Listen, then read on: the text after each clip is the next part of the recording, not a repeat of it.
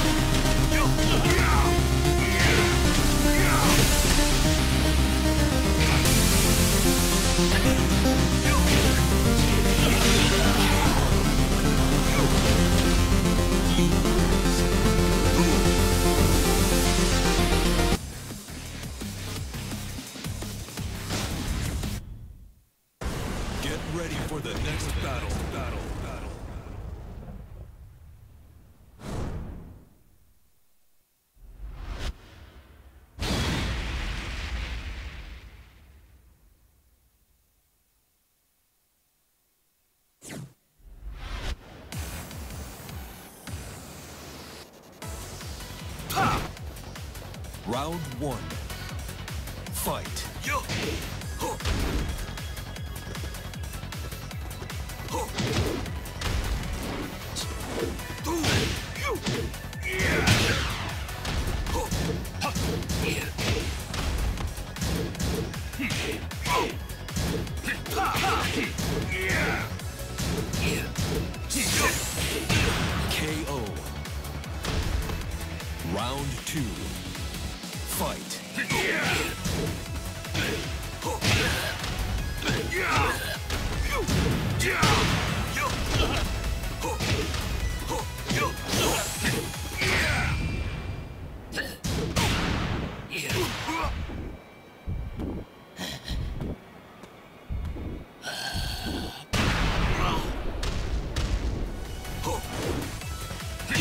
KO. Round three. Fight.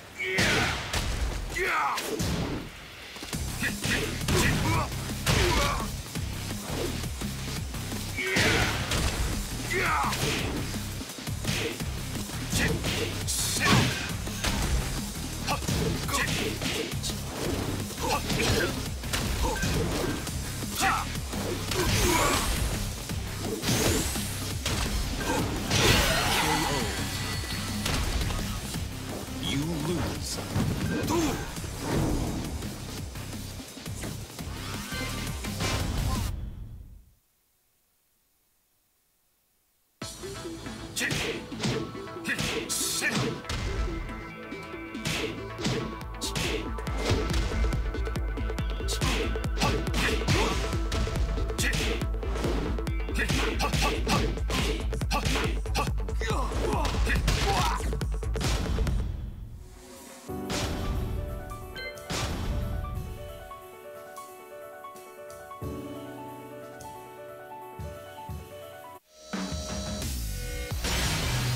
Welcome to the King of Iron Fist Tournament 7.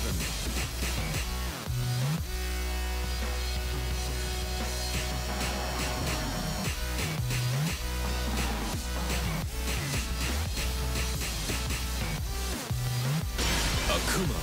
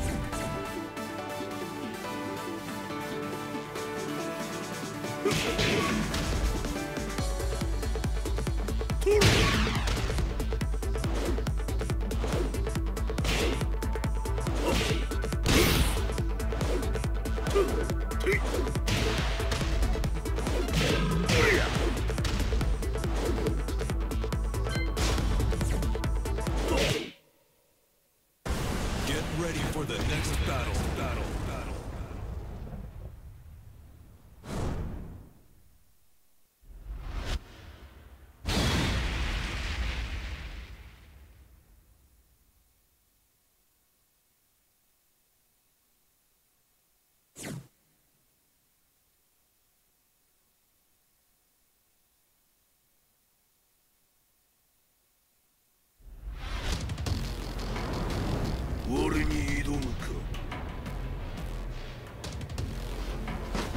Come on!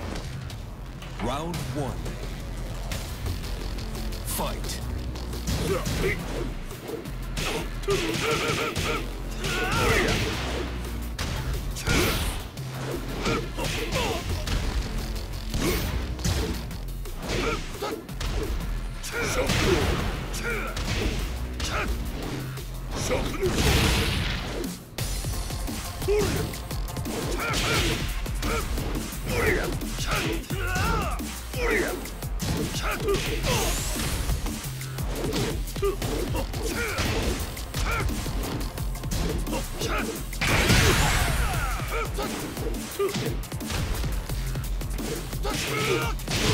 Great.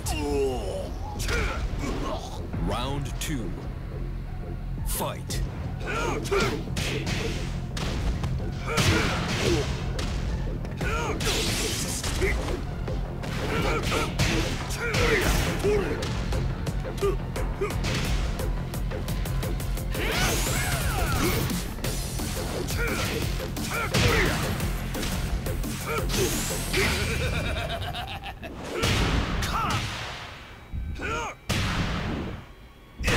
KO. Round 3. Fight.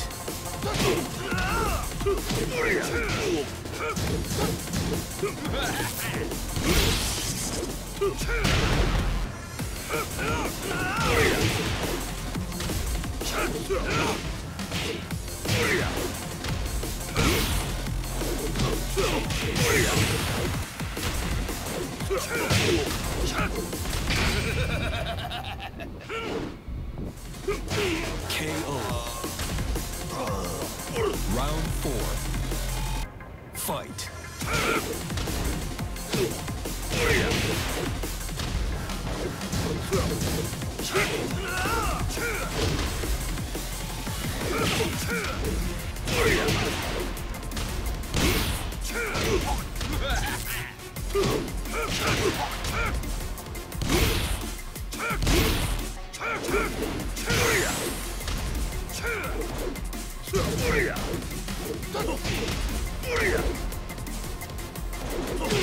KO. Final round. Fight.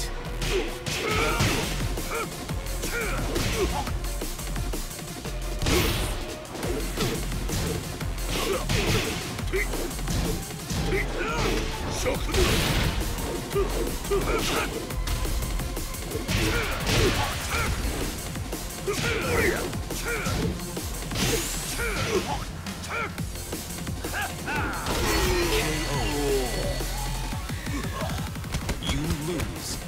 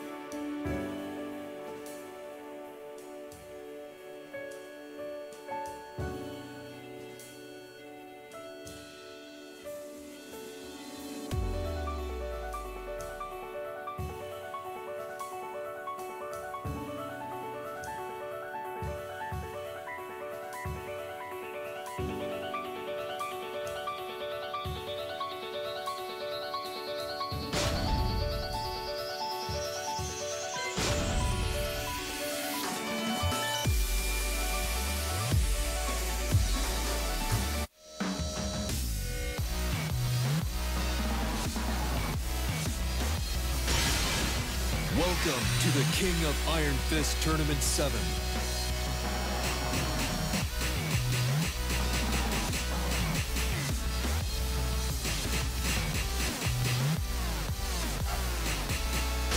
Jin Kazama.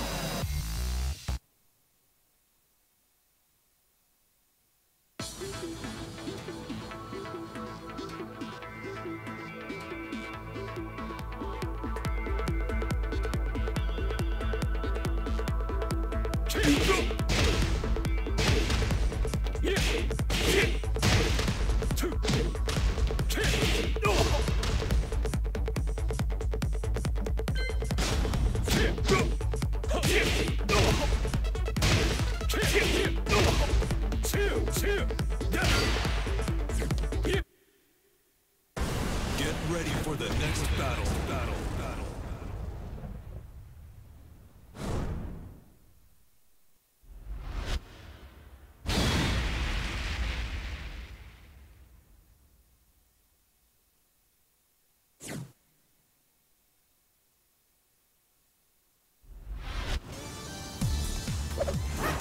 Come and get Boy. Round 1. Fight.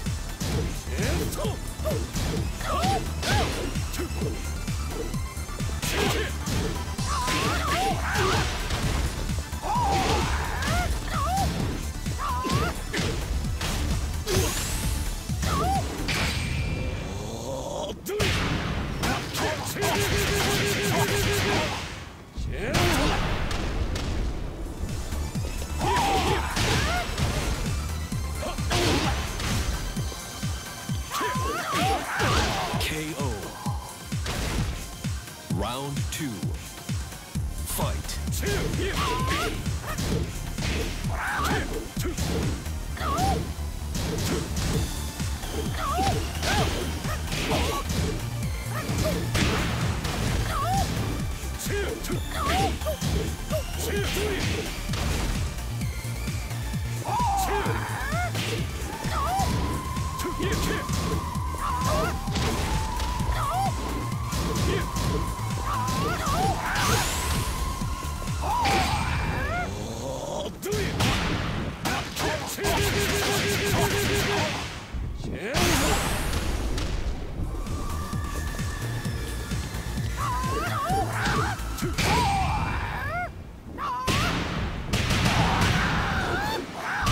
KO. Round 3. Fight.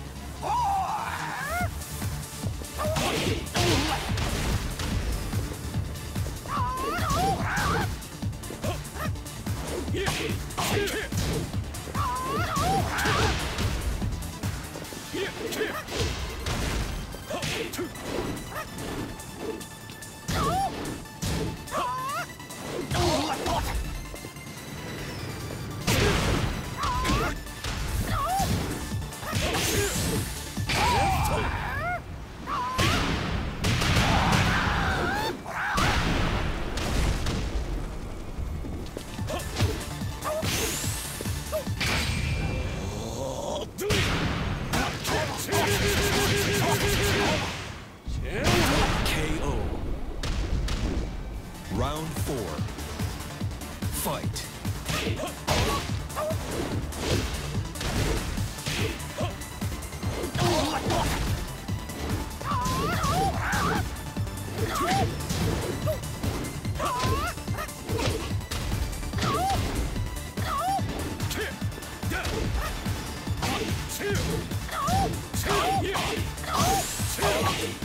KO. Final round. Fight.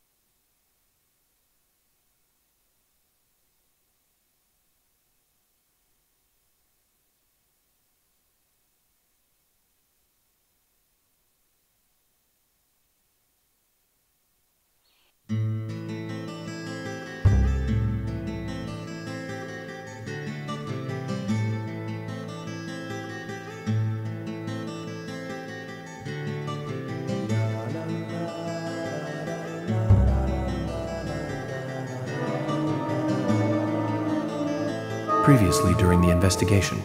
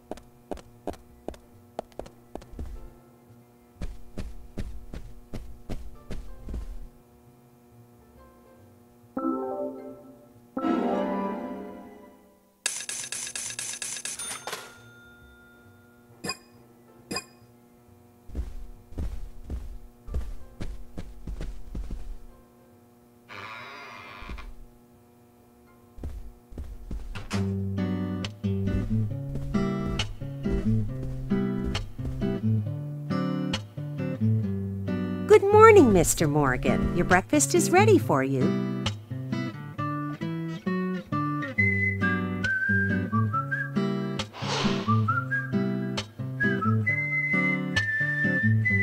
Thank you, Mrs. Polly Oxford. Just Polly is fine. Well then. Thank you, Polly. I'm starving.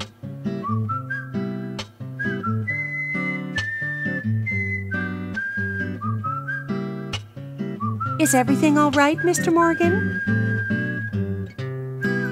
Yes, it's delicious, Polly. My compliments to the chef. I'm hoping my cooking will bring back repeat guests. Honestly, though, it's been a while since anyone has stayed here. I couldn't help but notice. Aside from you and me, there seems to be no other guests or workers around. What's that? The salt's in that white shaker there. Thank you. I was wondering if there were any other guests or workers here. Oh, no one else.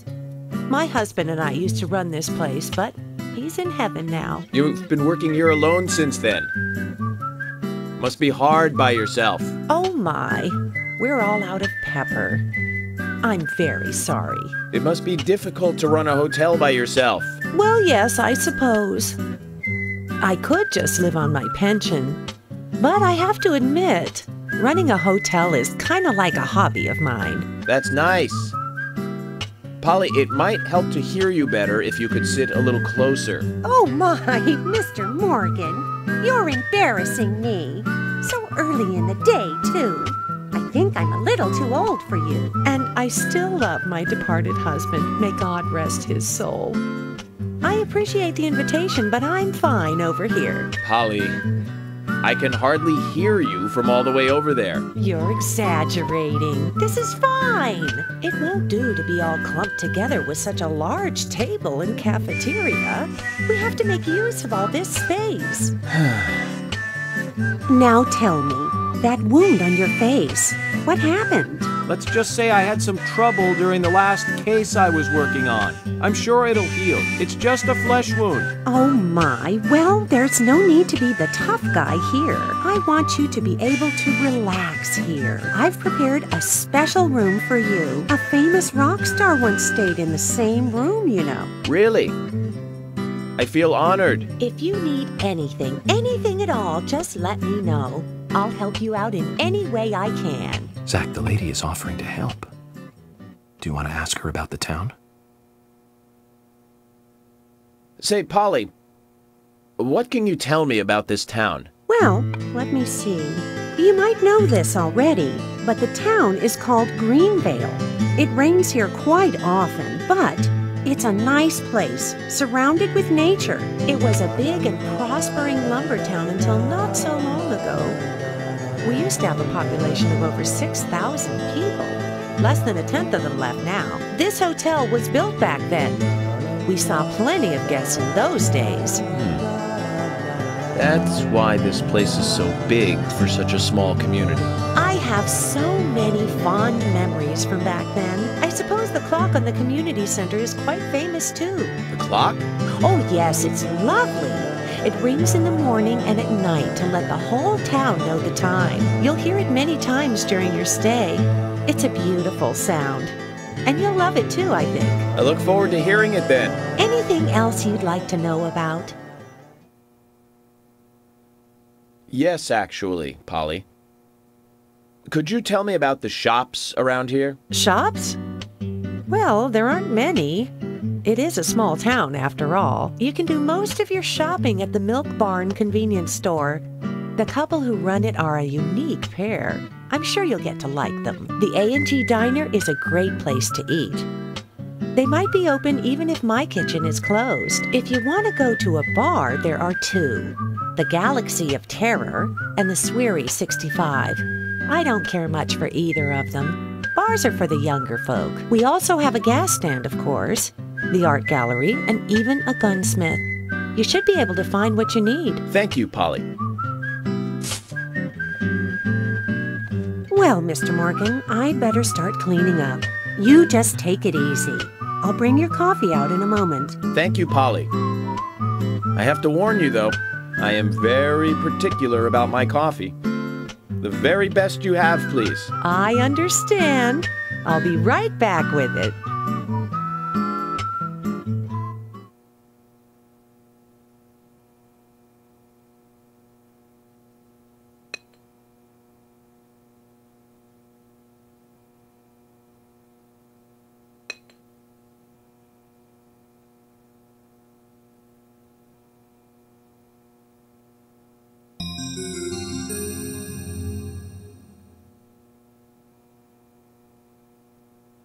Did you see that, Zach?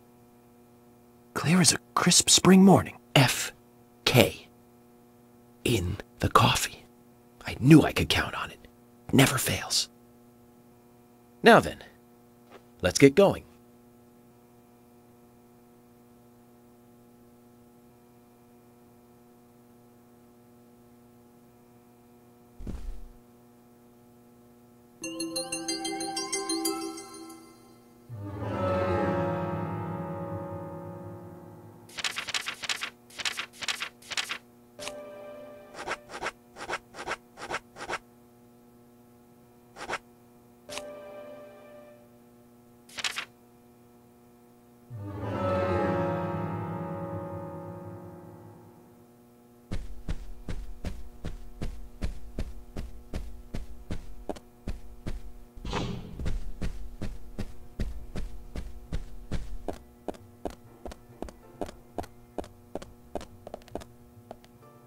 Oh, hi.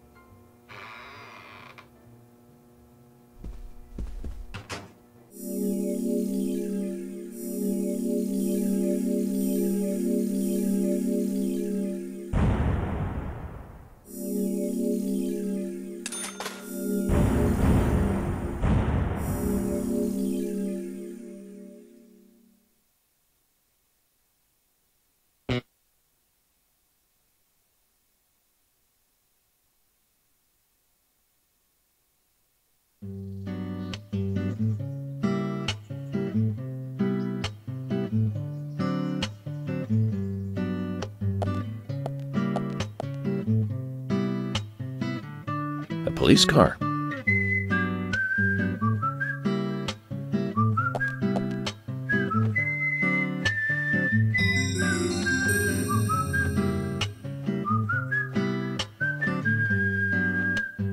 So we have King George to thank for preparing a car for me. A pleasant surprise, eh, Zach? Let's take it for a spin.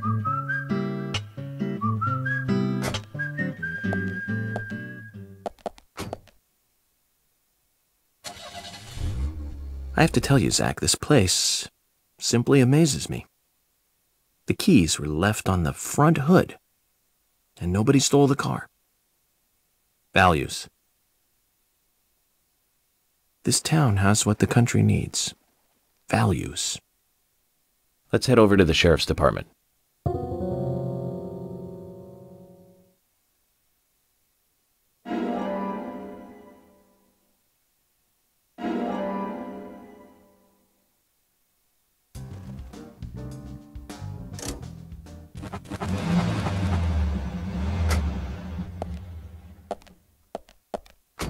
Zach, is there something here that you want to check out? We're supposed to go through Anna Graham's file at the sheriff's office, but if you want to act on a hunch, then I'm with you.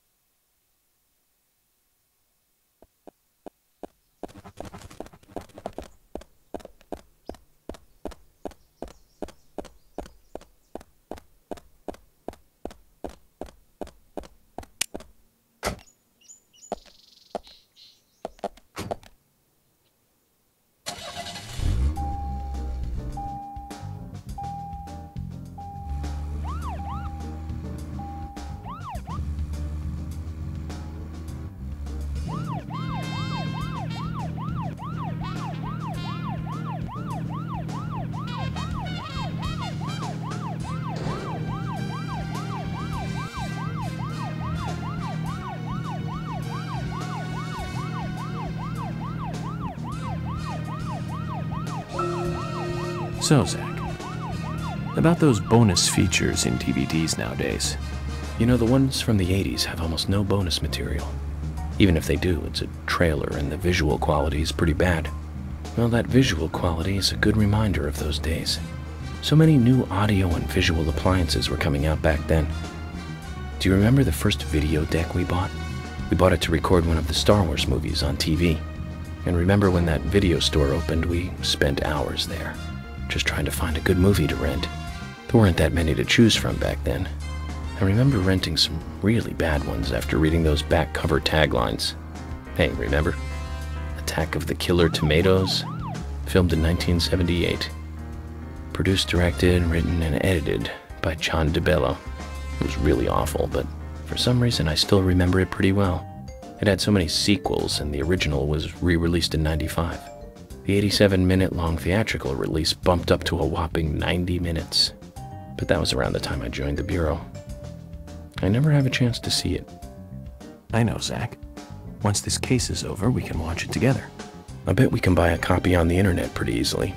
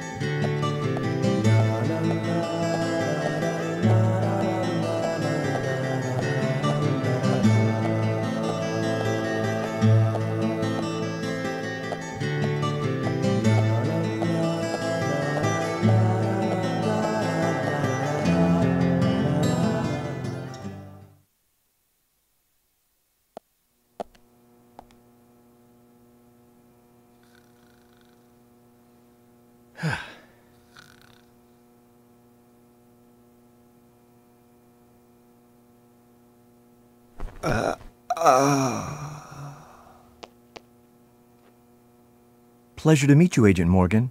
We've been expecting you. I'm Thomas McLean, the sheriff's assistant.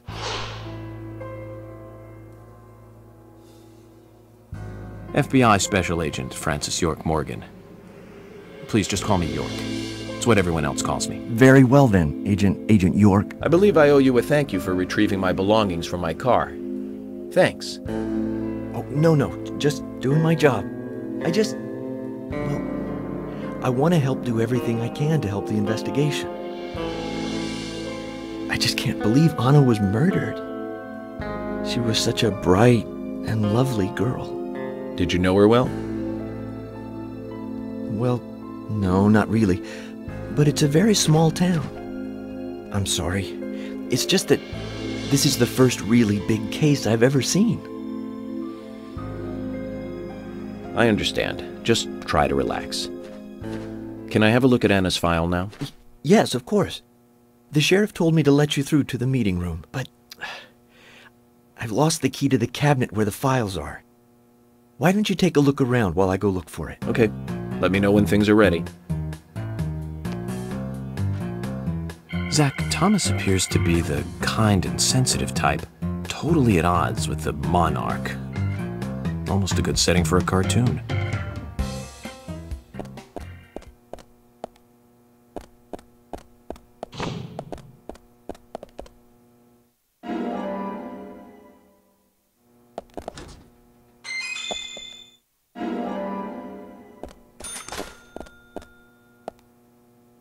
Zach, there's a name written on this dumbbell.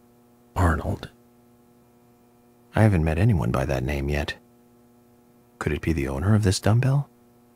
What do you think, Zach?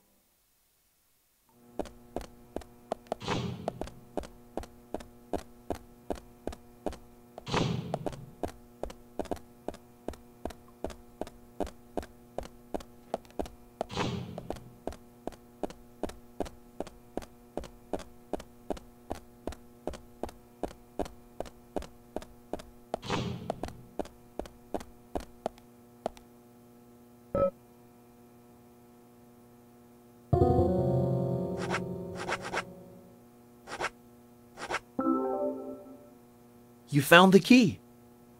Is this the one you were looking for?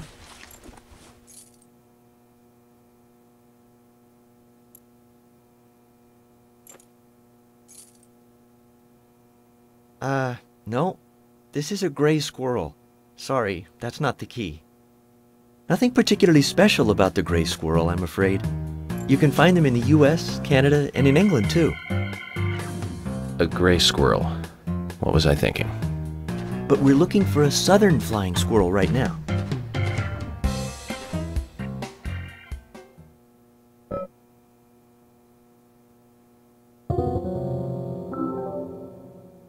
You found the key. I hope this is the right one.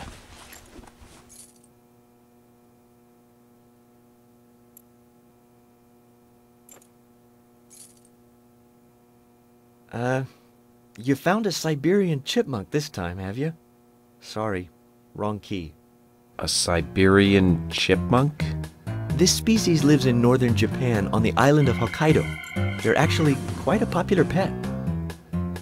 So it isn't even a squirrel. But we're looking for a southern flying squirrel right now.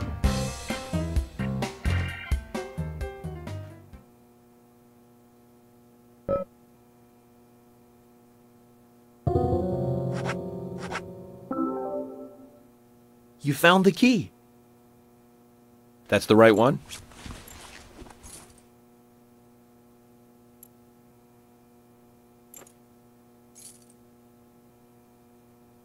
Yes, a southern flying squirrel. Thank you so much. I'll bring the files right in, so please go to the meeting room. Okay, I'll be waiting for you. Well, Zach, we just got here and we've cracked a big case already.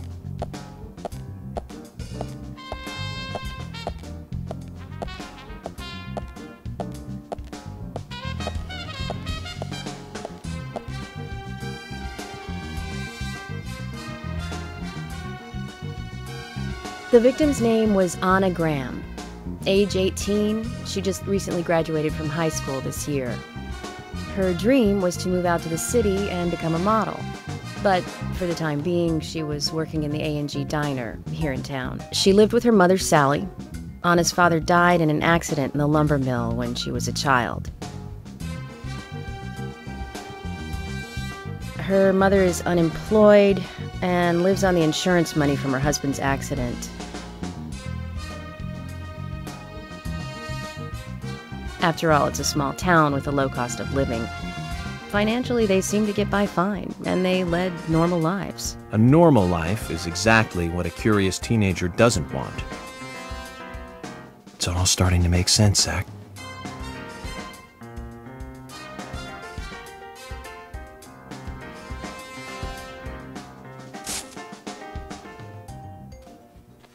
City folk, huh?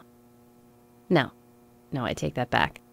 All of them can't be as bad as him, and some should have better manners. Huh. This is a good biscuit. I've never tasted a biscuit this delicious. Where in town can I get these? Well, actually, I baked them myself. That's amazing. What are you doing in law enforcement? I'm very particular about biscuits, I'll have you know. The balance of milk and butter you've achieved here. Oh, my. Agent Morgan, the autopsy's ready. You are welcome to accompany me to the Greenvale General Hospital. Emily, you come too. Thomas, stay here and tidy up these files. Yes, sir. We're going to use the car outside. Let's get going. You might think this is just a small-town police investigation, but our inspections are thorough and solid. I'm hoping you won't slow us down.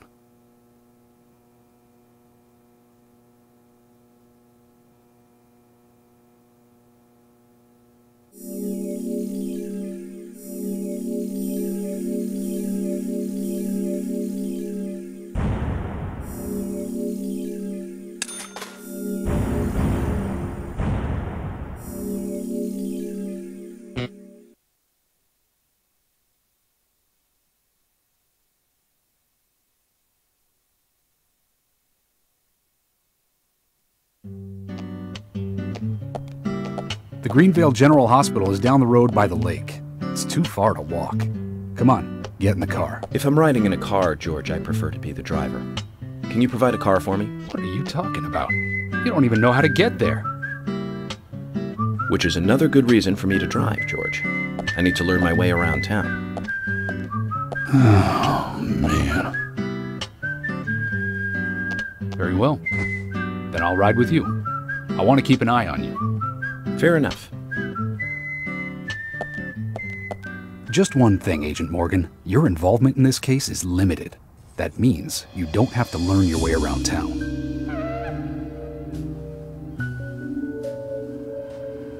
George, we'd better get moving. The hospital closes at 2100.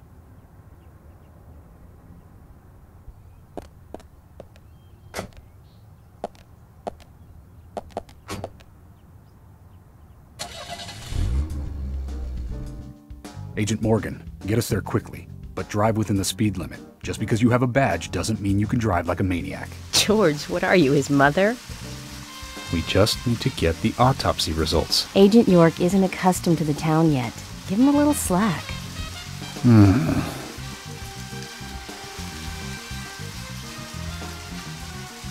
Well then, Agent York, let's get going. Sure, sounds good.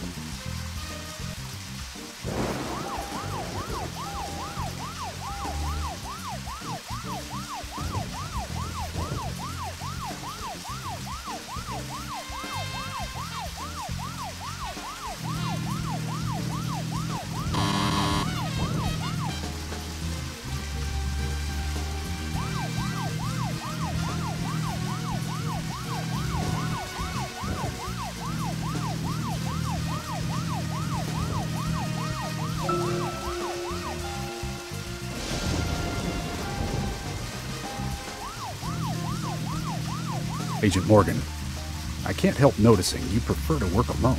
Most of the time, yes. Don't you get lonely, flying all over the country alone?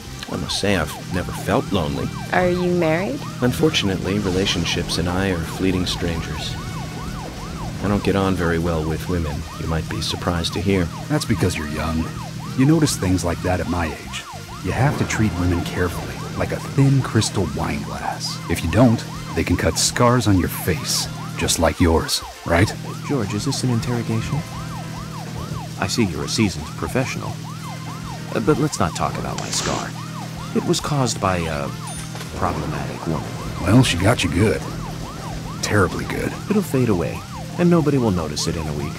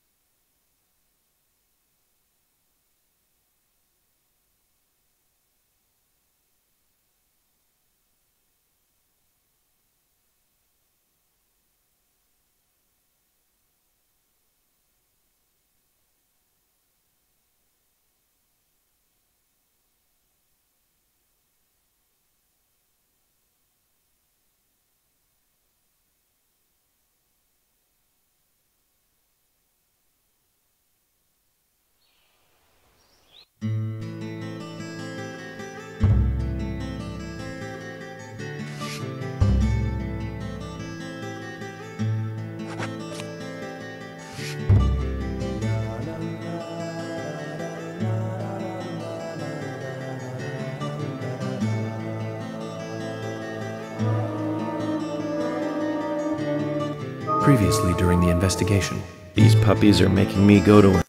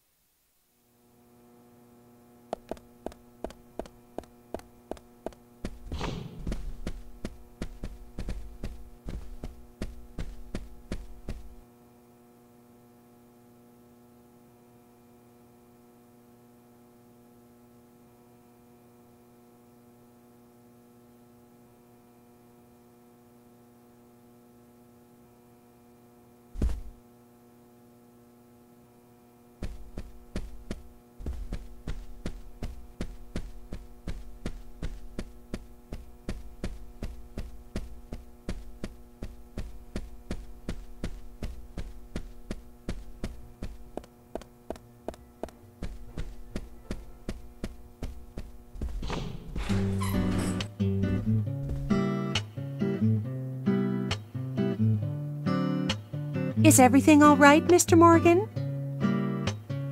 Yes. Zach, the lady is offering to help. Do you want to ask her about the town? What is it, Mr. Morgan?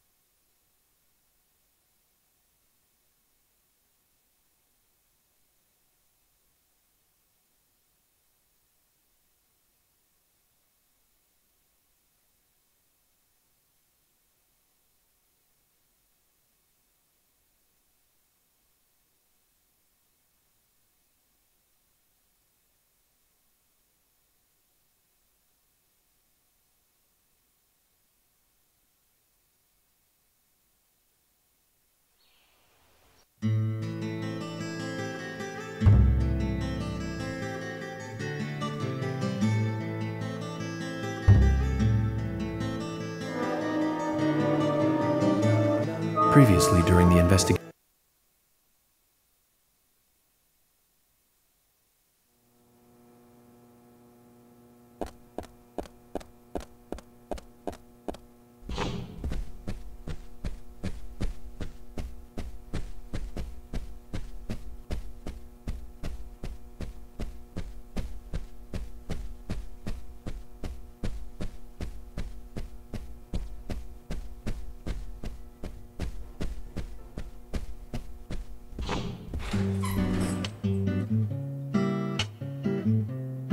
Is everything all right, Mr. Morgan?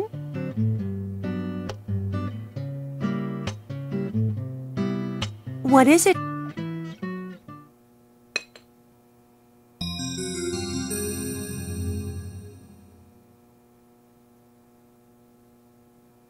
Did you see that, Zach? Clear as a crisp spring morning. F.K. in the coffee. I knew I could count on it. Never fails. Now then, let's get going.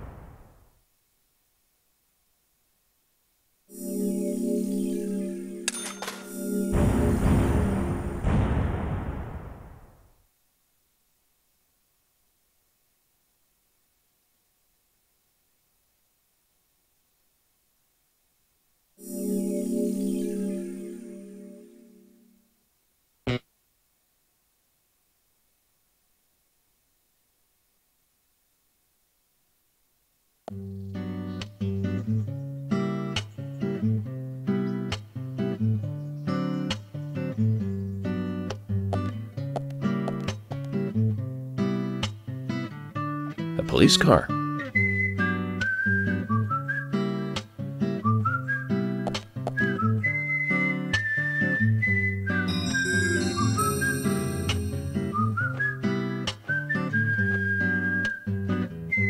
So we have King George to thank for preparing a car for me. A pleasant surprise, eh, Zach? Let's take it for a spin.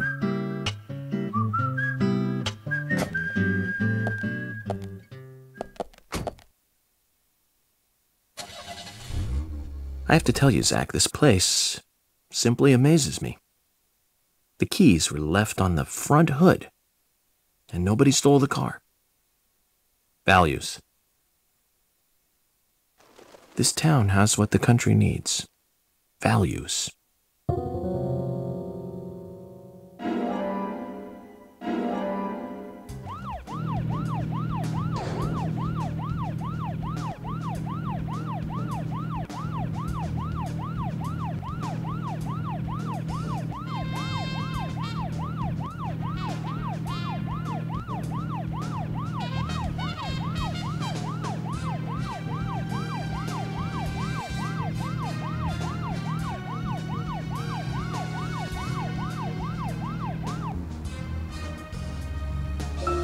So, Zach, about those bonus features in DVDs nowadays.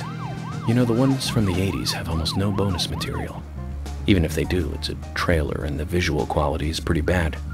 Well, that visual quality is a good reminder of those days. So many new audio and visual appliances were coming out back then. Do you remember the first video deck we bought? We bought it to record one of the Star Wars movies on TV. And remember when that video store opened, we spent hours there, just trying to find a good movie to rent. There weren't that many to choose from back then. I remember renting some really bad ones after reading those back cover taglines. Hey, remember? Attack of the Killer Tomatoes? Filmed in 1978. Produced, directed, written, and edited by John DeBello. It was really awful, but for some reason I still remember it pretty well. It had so many sequels, and the original was re-released in '95. The 87-minute-long theatrical release bumped up to a whopping 90 minutes. But that was around the time I joined the Bureau. I never have a chance to see it. I know, Zach. Once this case is over, we can watch it together. I bet we can buy a copy on the internet pretty easily.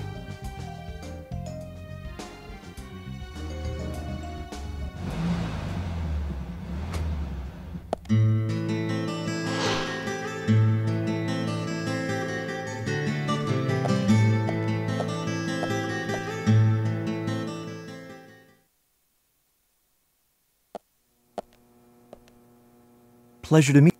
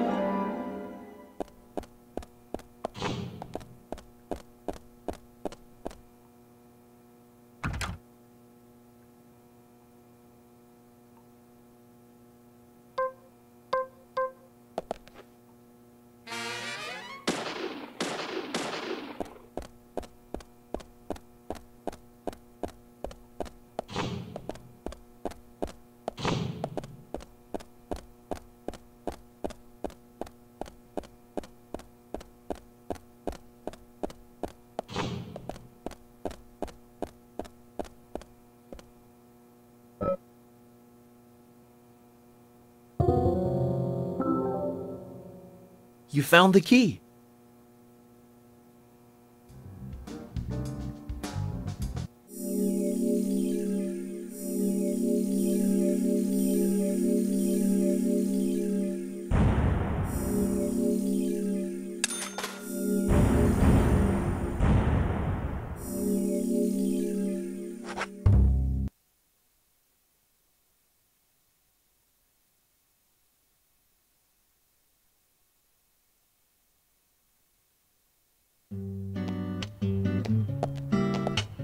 George, we'd better...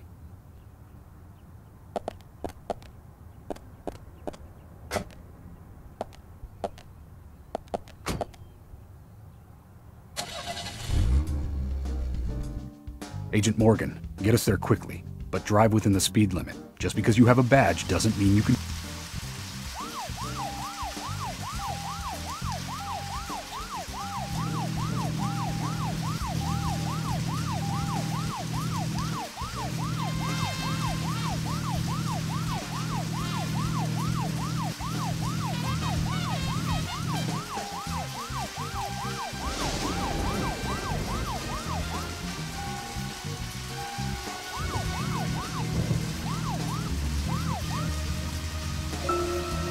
Agent Morgan, I can't help noticing you prefer to work alone. Most of the time, yes. Don't you get lonely, flying all over the country alone? I must say I've never felt lonely. Are you married? Unfortunately, relationships and I are fleeting strangers. I don't get on very well with women, you might be surprised to hear. That's because you're young. You notice things like that at my age. You have to treat women carefully, like a thin crystal wine glass. If you don't, they can cut scars on your face, just like yours, right? George, is this an interrogation? I see you're a seasoned professional. But let's not talk about my scar. It was caused by a problematic woman. Well, she got you good. Terribly good. It'll fade away, and nobody will notice it in a week. A week? It's not that light of a wound. So, Emily, tell me, is there really a need for a full-time sheriff in a small town like this? I'm sure it is small to your city eyes, but any gathering of people leads to all kinds of problems. Fights, runaways, stray pets. You're too fixated on violent crimes. Our job is to guide the people along the correct path, first and foremost. Now, that's what I consider to be my duty as the sheriff of Greenvale. Zach, there he is. The monarch, in all his glory.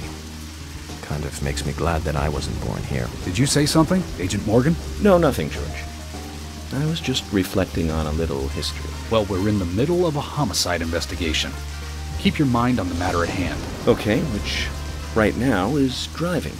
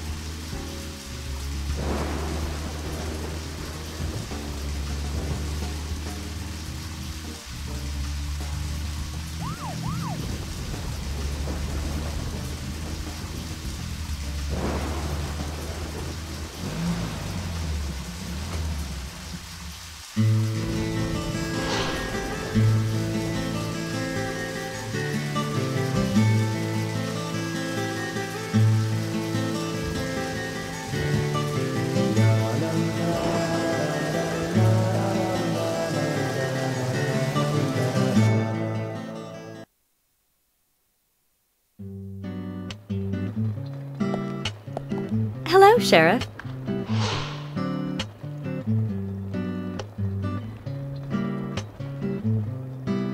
Hi there, Fiona. We're here to see Usha. Do you know where he is? I think Dr. Johnson is in the computer room. A computer room? In a hospital? Nice to meet you, Mr. FBI agent. The computer room is where our employees share a computer. Very nice to meet you, too. I'm FBI Special Agent Francis York Morgan. But how did you know I was FBI? Easy. None of the police in this town wear cologne. Besides, that scar on your face is the biggest rumor in town. Rumors get exaggerated as they spread, even in the countryside. What's that you're reading, if I may ask?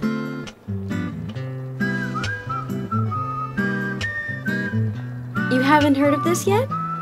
It's a recent bestseller mystery. It's set in the U.S., a small traditional North American town close to the Canadian border. A peaceful, traditional place. However, that peaceful town is shattered by a terrible crime, the murder of a local girl. And that incident causes grief and sadness to everyone in town. But everyone feels the seditious, heinous evil still lurking, alive. Yes, much like the situation right now here in Greenvale. Fiona, don't say that. Sorry, I shouldn't have said that. With Anna dead and all. Don't worry. Books are written to entertain, and it's good you're enjoying it. What we're faced with here is a terrible crime committed in a real world. Much different from that of a novel. So there's no need to apologize. Thank you, Agent York.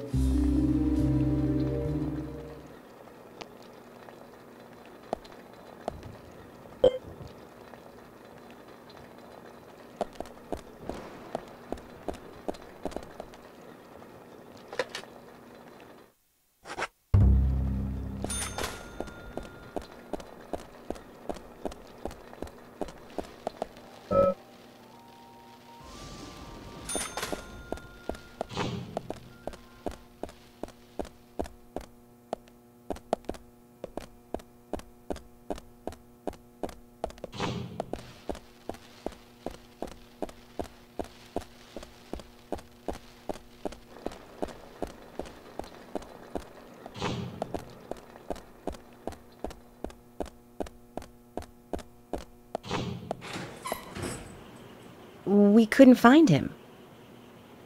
Fiona needs to check her information. No, I don't think so.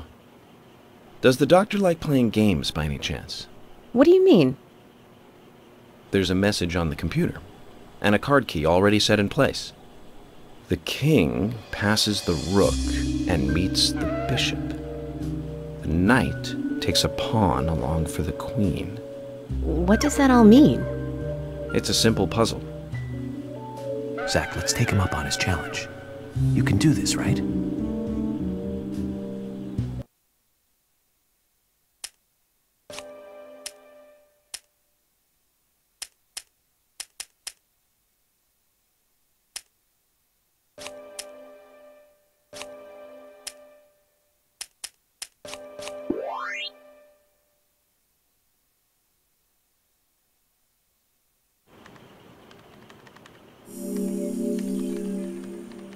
The doctor awaits below with the deceased. Another code? But there's nowhere to insert a password. More games. I'm going to get Fiona to call Usha up here right now. No need, George. The message appeared with the card key. It's telling us where to use it. This is not the time to be joking around, Agent Morgan. Dr. Usha is below with the deceased. With Anna. Below being underground, I take it. Simple. Simple. Then it's time to meet the mischievous architect of this little game. Nah.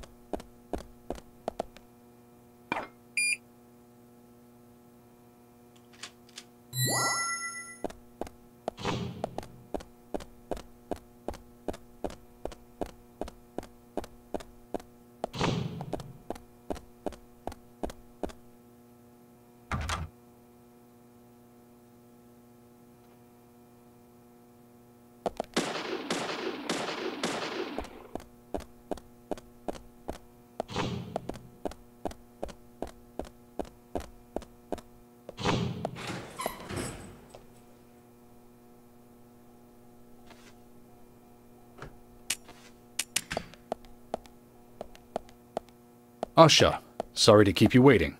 Ah, you made it. Let's get started, shall we?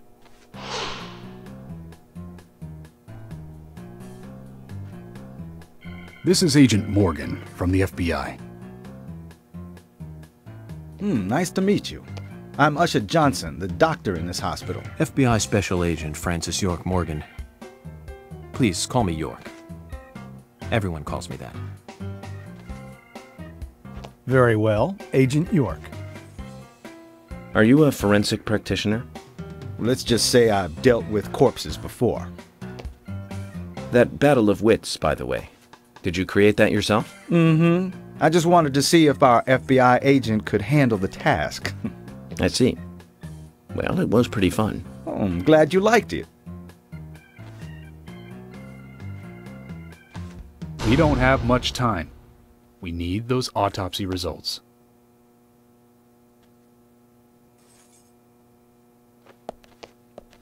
Next time, try challenging us without obstructing an investigation. You've angered the monarch.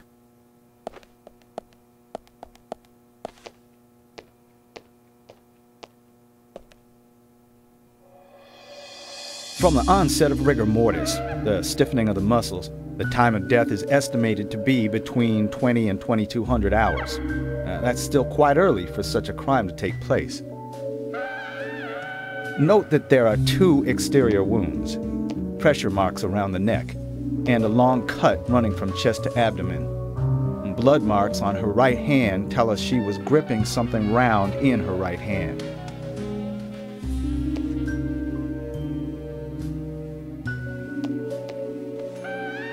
Her skull is also fractured, but that is unrelated to the cause of death.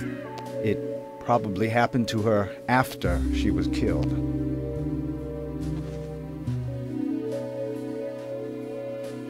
Now, I first thought death by suffocation, due to the marks on her neck. But after further investigation, I now have a different conclusion. The direct cause of death was loss of blood from the wound.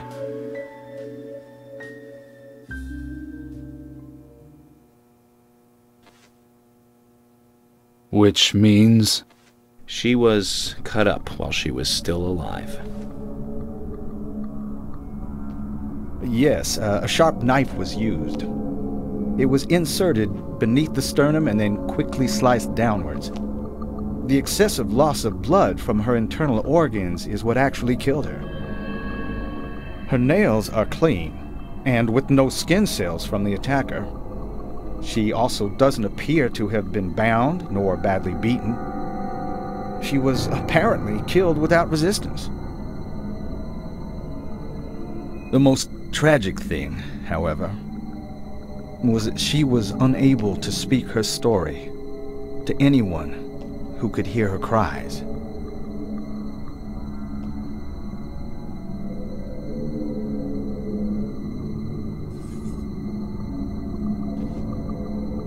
The perpetrator cut out Anna's tongue. Well, I believe she was drugged first to phase her consciousness, and then the killer killed her. Now, the killer most likely has a deep, traumatized past concerning women. He probably cannot converse with them normally. Cutting out the tongue suggests a very lonely individual. Either that or a truly hardcore sadist. He must get off on watching women suffer, especially when they can't answer back. Now, he watched as the blood pumped from her body, as she gradually grew cold. Now, a case in Seattle in 1985 was much like... Usha, please, limit your report to your findings as a doctor. Criminal profiling is my job.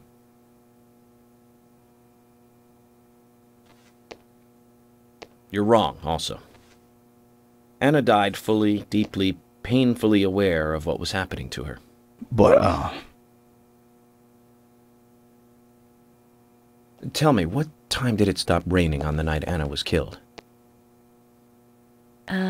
Just before I went to bed, right after the movie on TV ended, so around 1 a.m. What movie was it? An American Werewolf in London. Directed by John Landis, 1981. So the rain stopped, accompanied by the ending song, Blue Moon. George, would you mind if I examined Anna myself? What more do you hope to find? I'm sure I mentioned that I have a personal interest in cases like these.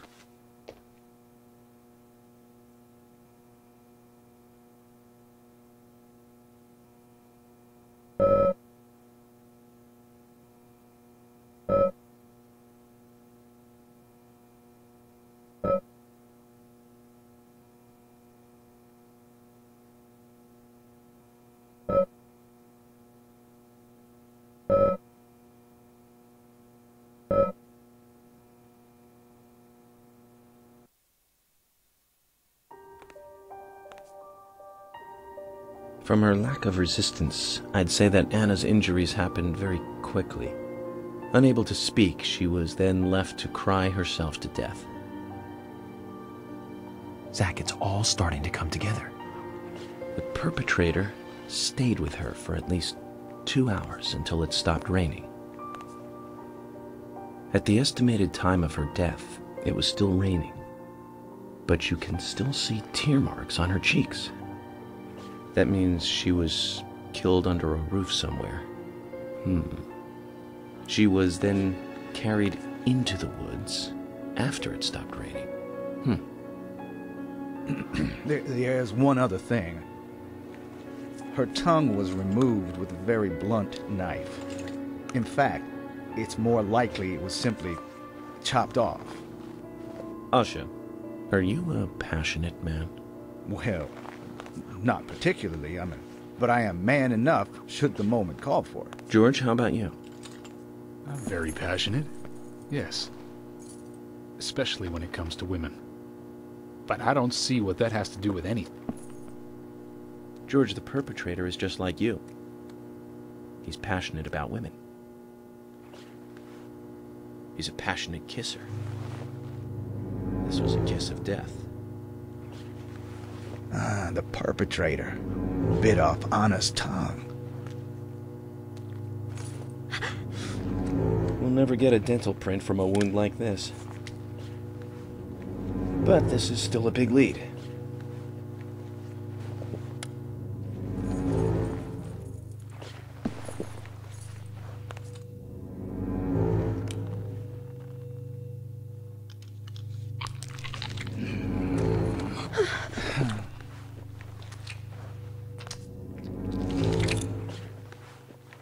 Jackpot, Zach. A shame, but our old-time all-American sightseeing tour just came to an end. This case is now under the jurisdiction of the FBI. I'm assuming command. I'll need you to assist me in the investigation. What in the hell do you mean, Agent Morgan? I know I said I was passionate, but you can't think I did this. That's not why I'm assuming command, George. You're a suspect just as much as every other passionate man on Earth. Let me show you something.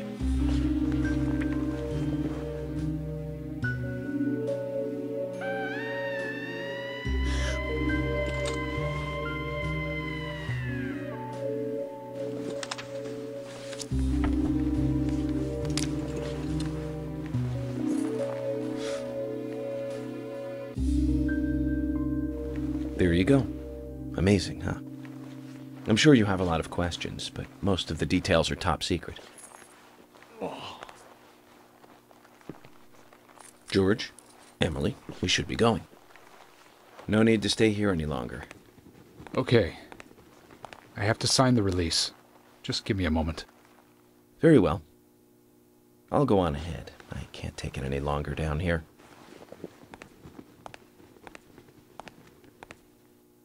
Bishop takes queen. His rook takes your queen. Then your knight takes rook. And checkmate. Huh? Oh.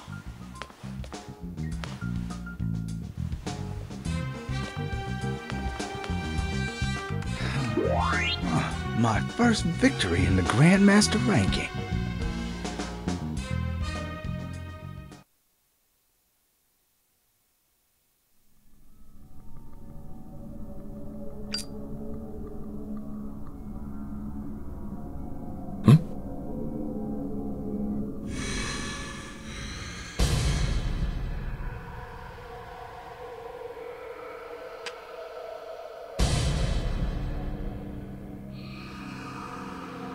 Zach, they're here.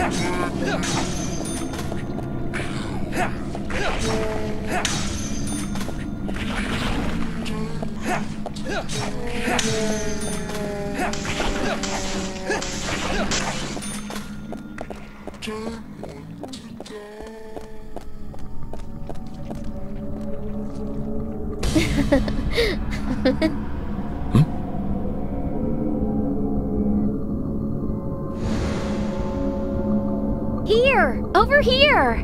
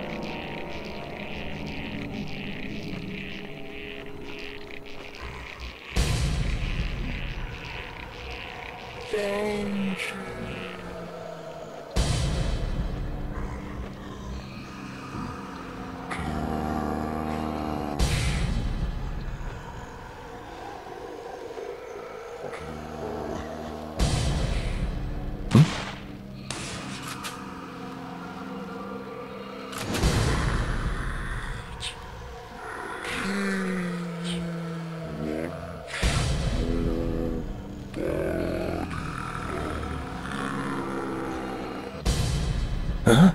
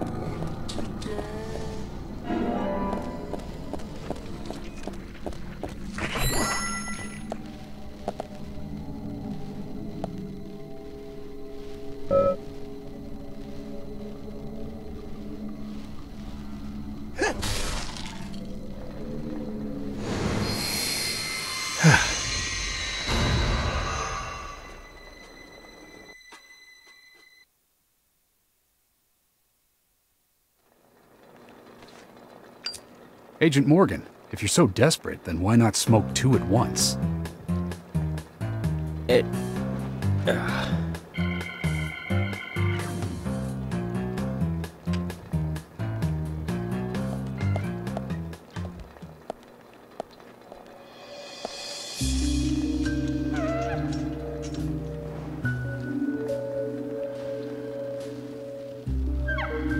Who's that old man?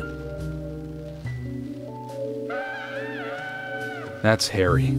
Harry Stewart. One of the bigger problems around here. His father started up the lumber trade and founded this town. But he's a weird one, as I'm sure you can see. Always dressed like that, never speaking to the townsfolk. And just FYI, he owns almost the entire town. Not that that makes any difference. So long as I'm around, he won't be getting away with any funny business.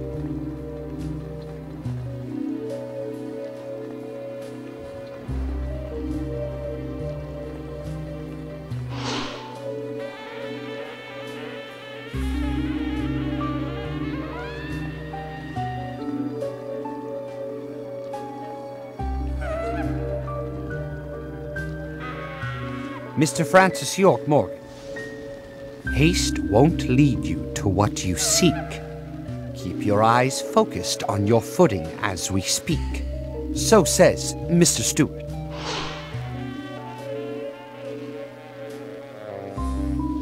Nice to meet you, too. How did you know my name?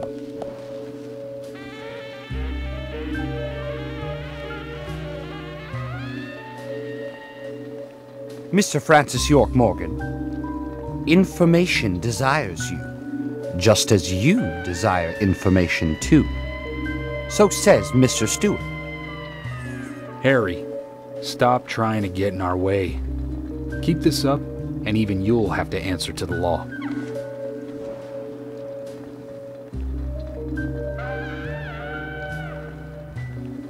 Mr. Francis York Morgan, with each rain our town goes mad. To our disdain, unpreventable. So sad. So says Mr. Stewart. Thanks for the warning. Then we shall depart, Mr. Francis York Morgan.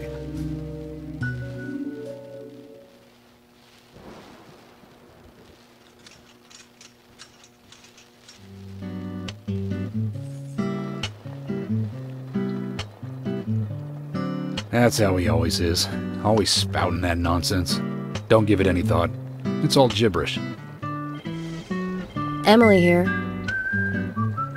Uh-huh. Oh.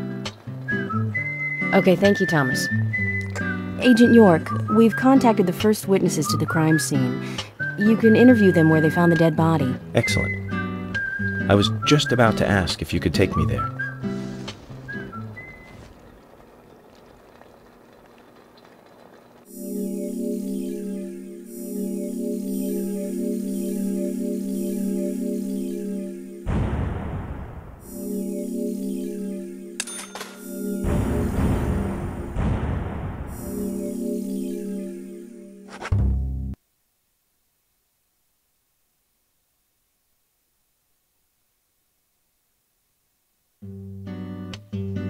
The body was found in the Greenvale Forest Park.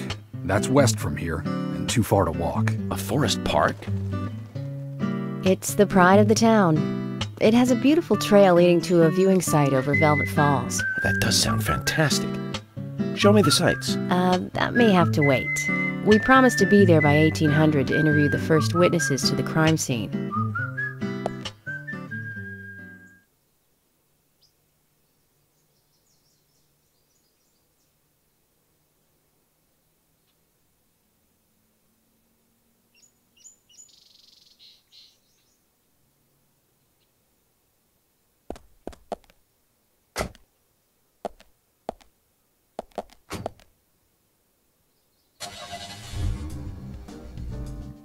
Agent Morgan, if I could just give you a friendly warning. Are you really upset about me taking over the case?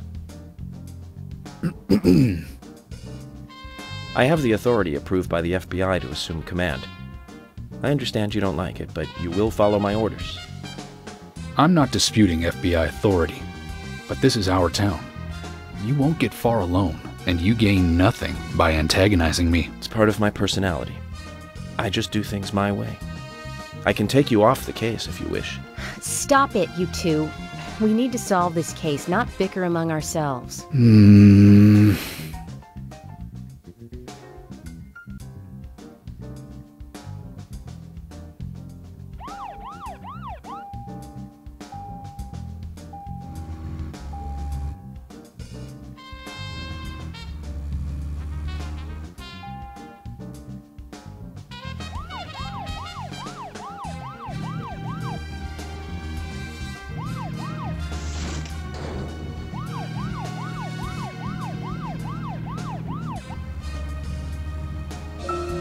Anna's body was discovered by the woodsman Jim Green, along with his 2 grandchildren, Isaac and Isaiah. What were they doing in the forest? Just their daily routine. They found Anna's body during a morning walk. So you've talked to them already? Not officially. Not yet. Not yet? Are you out of your mind? You haven't interviewed them yet? Agent York, that tone is hardly appropriate. We were given orders to wait for you to arrive. Orders by who? A man called Abrams from the FBI.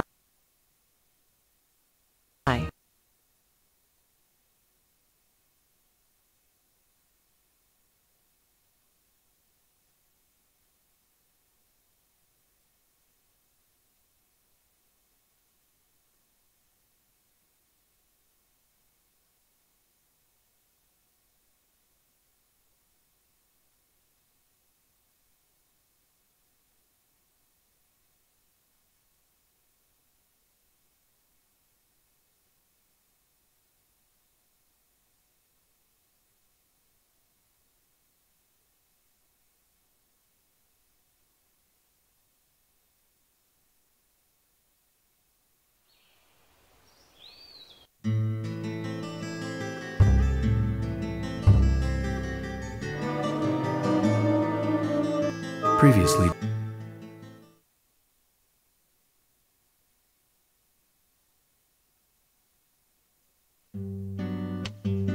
The body was found.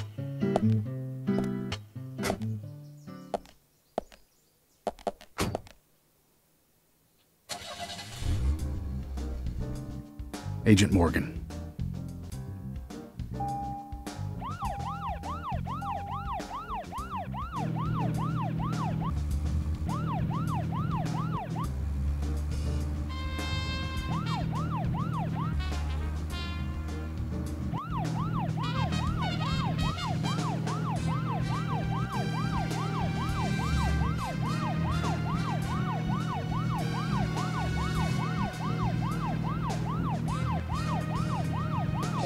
Anna's body was discovered by the woodsman Jim Green, along with his 2 grandchildren, Isaac and Isaiah. What were they doing in the forest? Just their daily routine.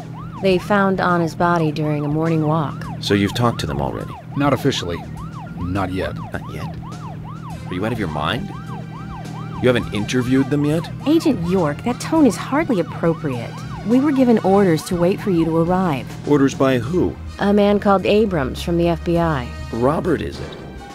Good old Bob Abrams. I did tell him to stay out of it. It's always tough to have a meddling boss, huh, Zach? I thought you knew, Agent Morgan. Don't worry about it.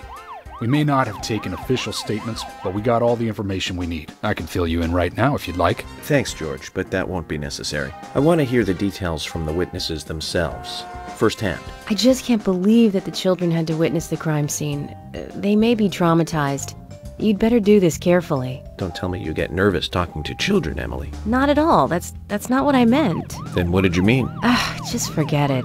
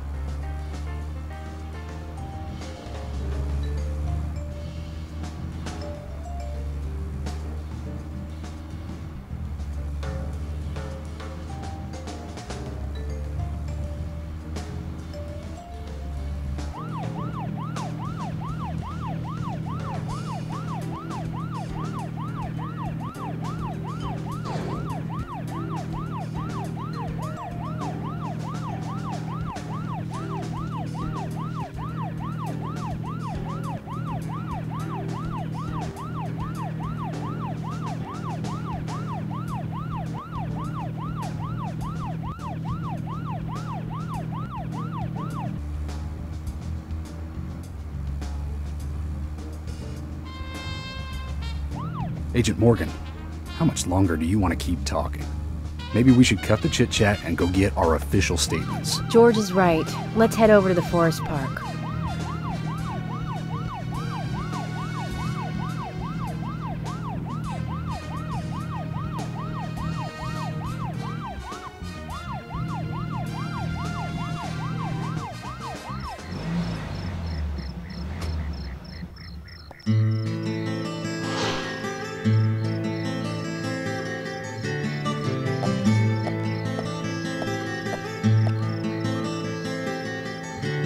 Is this government land? No, it's private. Owned by Harry. This whole area? That's right. I'm sure I mentioned that he owns pretty much the whole town. He used the money left by his father to buy up most of the town. Many town residents live on his land. Zach, did you hear that? This entire park. A rich man's personal playground. These country rich folk are amazing. It all looks very well kept, too.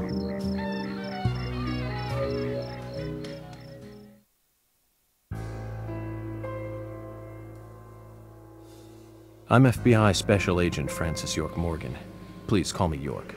It's what everyone calls me. And you are Jim Green? That I am, son. I keep these woods.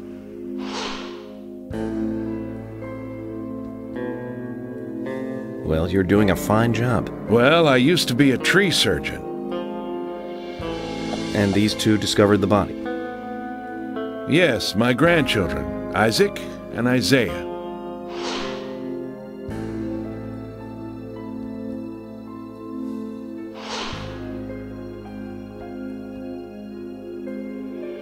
Zach, you see that? Twins. Just like in my dream. We gotta keep an eye on these two. I'm sorry. Could we talk away from the boys? I want to help your investigation, but I don't want them to hear this. Very well. Emily, please. I'll just take them over there then. Thank you. Hold on. Don't do anything without asking me. These children were the first to witness the crime scene. I want to talk to them. Come on, they're just kids. They have no idea what really happened to Anna. That doesn't matter. You agree with me, right, Zach? How heartless. Do you ever think of other people's feelings, ever? Emily's right. That's stone cold, even for the sake of investigation.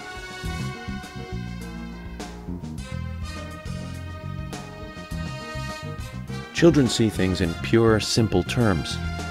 They may have seen something we adults would never spot, and they are here at our request as well. We could at least chat with them and see if they want to make a statement. Are you serious? I never joke about matters like this. Oh my God. Don't worry. They aren't as fragile as you think. Look at them, standing so upright there.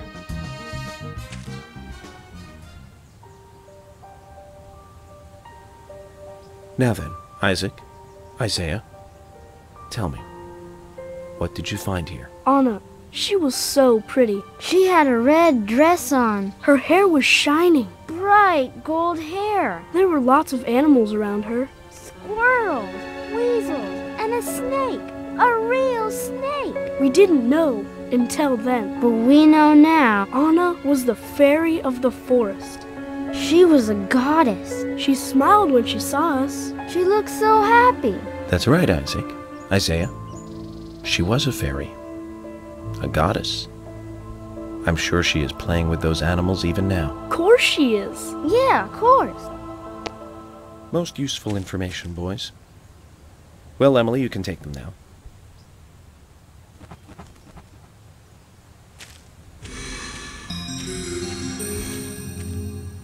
Okay, Zach. This is where Anna's body was. And that means our unsub, our unknown subject, was here too. So, what happened here?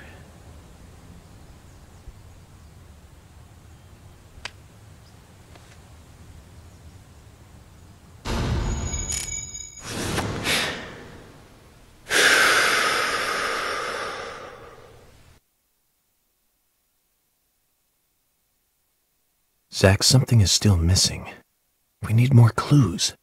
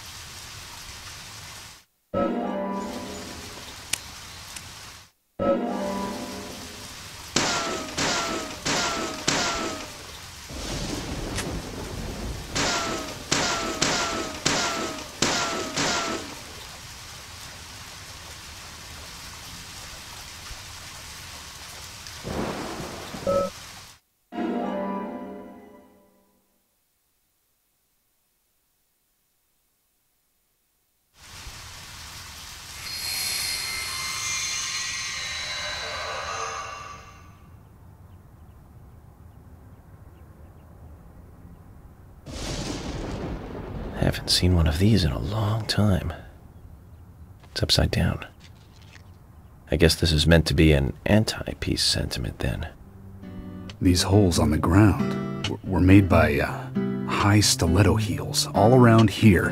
And this depression here, Agent Morgan, I see what happened here. He hung her from the tree and put on her shoes. He was really enjoying it. Sicko. And he knelt down. And disgusting.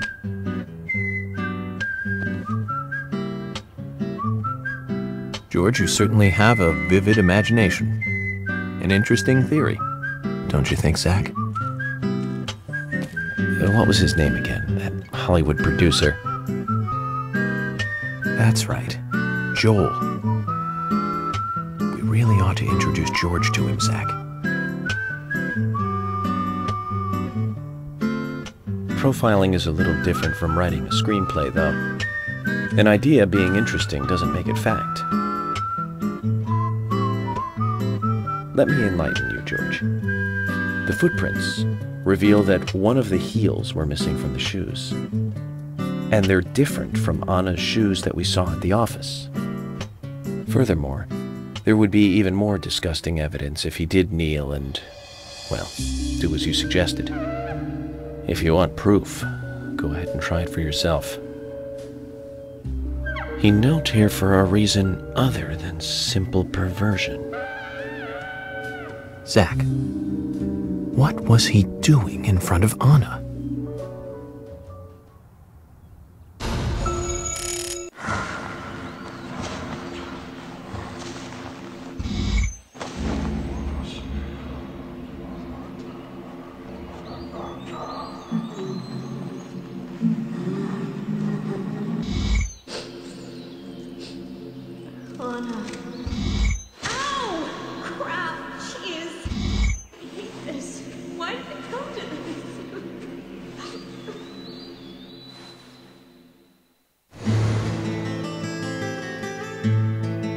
now I get it. He was kneeling to pray in front of her. Just like the twins said. She was a goddess. The unknown subject offered prayers to Anna's body. Its bitten-out tongue and massive body wound. Once dead Anna was transformed from an object of despite into one of worship. So who is Miss Stiletto Heels? The steps are close coming up to the body, and then farther apart going away. There was a reason to hurry away then. That settles it then, George. Miss Stiletto Heels is a third party here. She's not the murderer. No one runs away from an object of worship. She could be another victim who was with Anna. Or perhaps an accomplice who fled for some reason. She is also one who took whatever it was Anna was holding on to in her hand. But why? Why did she leave her here? Only Miss Stiletto Heels knows the reason for that. She might know something about the man with the reversed peace mark, too.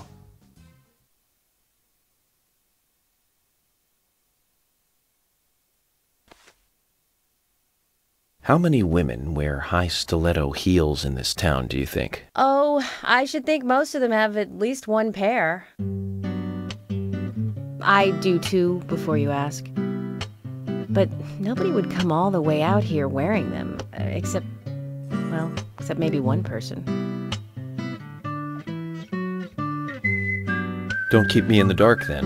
Who might this elegant lady be?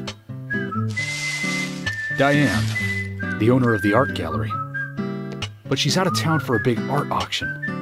I heard she'll be coming back in a couple days. Then we'll just have to give her a warm welcome home. A more immediate matter, then. Where in town can you find something like this? It should be a building that isn't used anymore, with either a lot of metal or metal machinery or something like that. The old lumber mill. Then it's time to really get this show on the road. Could you guide me to this perfect setting for extravagant murder?